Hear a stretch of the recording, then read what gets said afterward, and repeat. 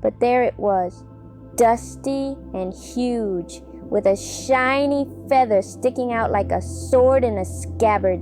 I plopped it on my head, and before I knew it, I was standing on the deck of a real pirate ship.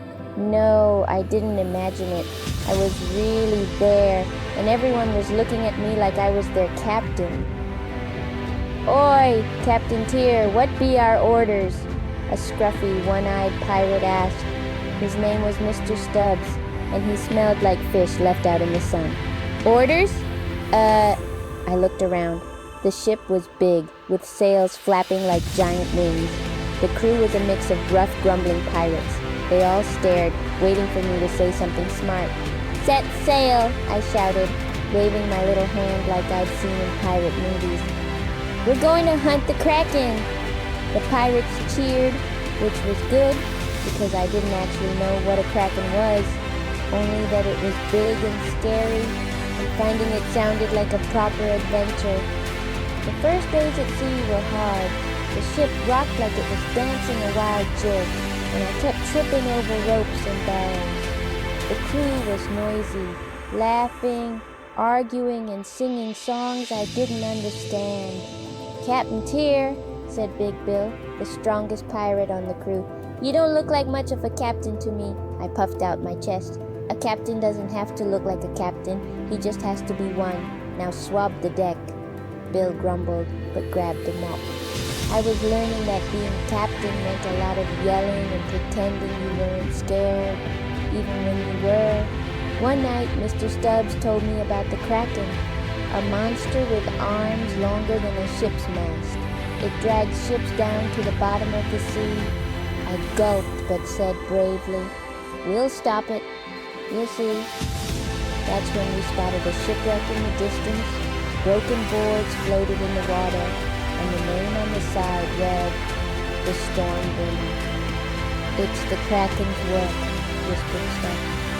I wasn't sure if I believed him, but I stood tall and barked, prepared for battle. The Kraken won't stand a chance against us. The Kraken came at dawn. The water churned like it was boiling, and suddenly a giant tentacle shot up into the sky. It crashed onto the deck, sending barrels and pirates flying. "Man, the cannons!" I shouted, pointing my wooden sword like a real captain. "Aim for the tentacles!" Big Bill and Mr. Stubbs fired the cannons while the rest of the crew hacked at the slimy arms with swords and axes. I climbed onto the ship's wheel, turning it hard to dodge another attack. "Captain TYR, it's too strong!" yelled Stubbs. "No, it's not!" I yelled back. "Keep fighting! We're pirates! We never give up!" I grabbed a rope and swung across the deck like a hero in a story. My sword slashed down on one of the Kraken's arms, and it let out a terrible roar. The sea monster retreated, but I knew it wasn't gone for good. We sailed for days, following strange currents and glowing lights under the water. The crew was tired and scared, but they didn't complain. Not after how I'd led them in the last fight. "Captain, where are we headed?" asked Mr. Stubbs. "To the Kraken's lair," I said confidently, even though I had no idea how I knew. "We have to stop it before it sinks more ships." Finally, we reached a swirling whirlpool. The ship was pulled under, and suddenly we were in a hidden world beneath the sea.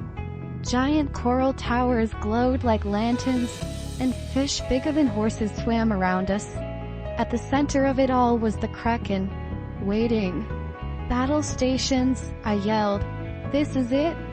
The Kraken attacked with all its might, wrapping its massive arms around the ship. The crew fought bravely, firing cannons and swinging swords, but it wasn't enough. "Captain TYR, what do we do?" cried Stubbs. I thought fast. "Aim for its eyes." I climbed to the highest mast, holding my wooden sword tightly. With a running leap, I jumped onto the Kraken's head. Its huge, glowing eyes stared at me, and I plunged my sword right into one of them. The Kraken roared louder than anything I'd ever heard. It let go of the ship and thrashed wildly, disappearing into the depths. When we finally returned to the surface, the crew cheered so loudly I thought they'd wake up the whole ocean. Big Bill lifted me onto his shoulders, and Mr. Stubbs saluted me. You did it, Captain TYR, said Stubbs, grinning. You saved us all. From that day on, the crew was fiercely loyal. They followed my orders without... Bye. Thanks everybody for watching. Make a like and subscribe.